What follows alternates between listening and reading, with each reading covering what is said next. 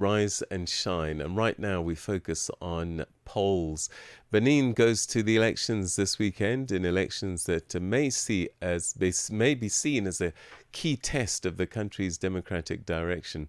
On Sunday, voters will elect all 109 members of the National Assembly in legislative polls that will shape Benin's political balance ahead of next year's presidential elections. Now, the chair of Benin's Electoral Authority, Sacca Lafia, who heads the Independent National Electoral Commission, has called on political parties, the media and security forces and citizens to help ensure a peaceful and credible vote. But the polls are taking place against a backdrop of growing political tension, especially after Benin's Constitutional Court confirmed that the main opposition group, Les Démocrates, will not be allowed to contest the 2026 presidential election, a ruling that has raised broader questions about political inclusion and competition. Well, to help us understand what's at stake in these elections and what they may mean for democracy in Benin and the wider West African region, we're now joined by Austin Aigbe, who's an Advocacy Officer at the West African Democracy Solidarity Network. Thank you so much indeed for joining us. Good to talk to you again. Thank you, Peter. Good morning.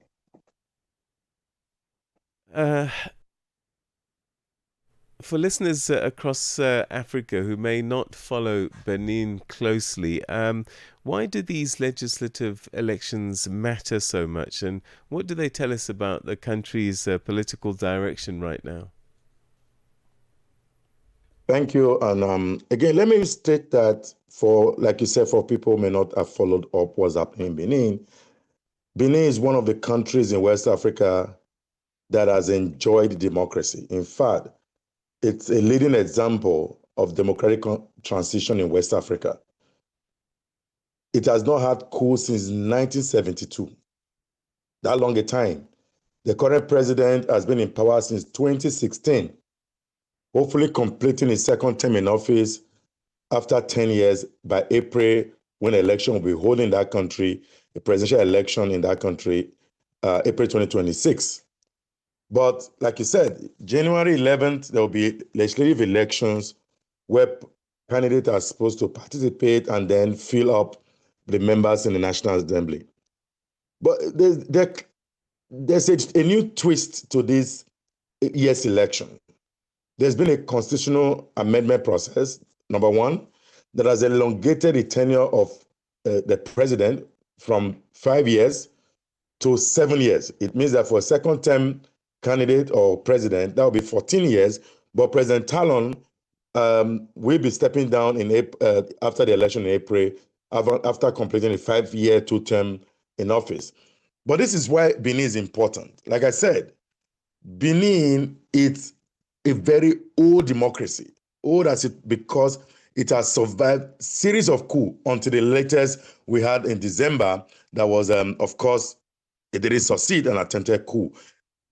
Because of the possibility of some form of political repression in that country. As of today, the new law also provides that opposition candidates must have to submit certain amount of signatories, particularly from elected officials. What that means is that for you to participate in the presidential election, you need to have a huge support base. And that has impacted on the main opposition party, like you talked about now. That's in English, it's called the Democrat, Les Démocrates. That party, founded by the former president, it's supposed to be the main opposition, but with the suspension or the ban to participate in the presidential election, has reduced the political competition space in Benin, a country that has been known for high level of competition. With this repression, the main opposition may not contest, and it further weakens the opposition ecosystem in Benin. That electoral code that talked about the nomination process has changed the entire dynamics of Benin's democracy, which is, again, people argue. There's a huge allegation that the CENA, the Election Commission, is handling the sponsorship document unfairly, and that has created some form of mistrust in the system. And again, maybe just to say this quickly, that the exclusion of political party in Benin has raised enough doubt, which is gradually making Benin sliding down democratic backsliding lane. And that is an issue in West Africa, that President Patrick Talon has somehow taken the playbook. In Cote d'Ivoire, opposition were targeted. In Guinea-Bissau, opposition were targeted. In Guinea-Conakry, opposition was targeted. So it's now Benin, again, opposition are targeted. When you weaken opposition politics, it creates a shrinking space for political participation, and it creates an opening that may lead to military intervention, like the one we saw December of last year. With potentially many voters disenfranchised because their choice may not be participating, is there a danger of civil unrest? That may happen because Benin is known for, the people, the citizens of Benin are known for protecting their democracy. That is why the coup of December 2025 failed, when the military leaders went on television and started asking the citizens to come out and support them.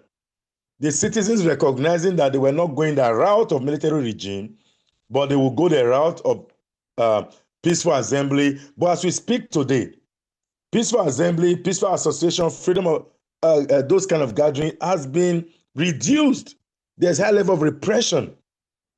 So when people eventually turn out to protest ahead of the election, and there is crackdown from military actors, it may snowball to a violent action in Benin that may end up getting to a point where we don't want to get to.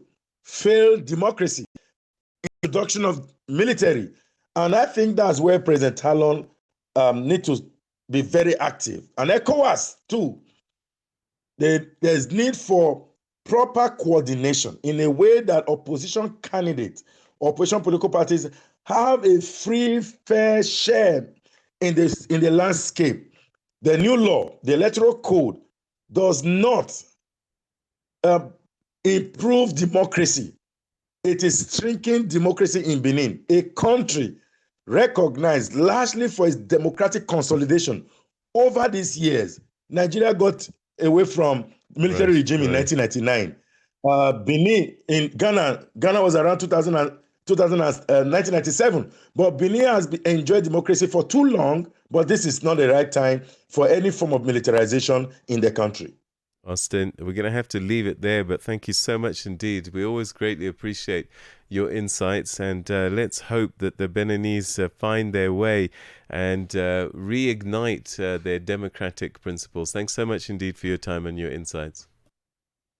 Thank you very much. Always. Thank you. That's Austin Aigbe, an Advocacy Officer at the West Africa Democracy Solidarity Network, expressing concern about the direction that democracy is taking in Benin, a country that's enjoyed democratic strength for decades now. It's 7:30. It's time for your news headlines. Good morning, Jolani Tulongwepe. SABC News.